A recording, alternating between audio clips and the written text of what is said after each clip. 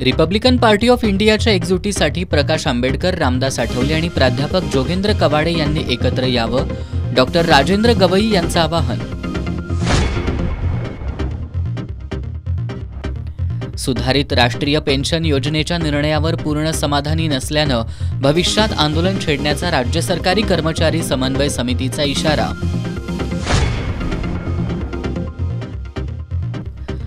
उचगाव माळीवाडी पुलाबाबत महामार्ग प्रशासन आणि केंद्र सरकार उदासीन का? काँग्रेस आणि शिवसेना ठाकरे गटाचा सवाल.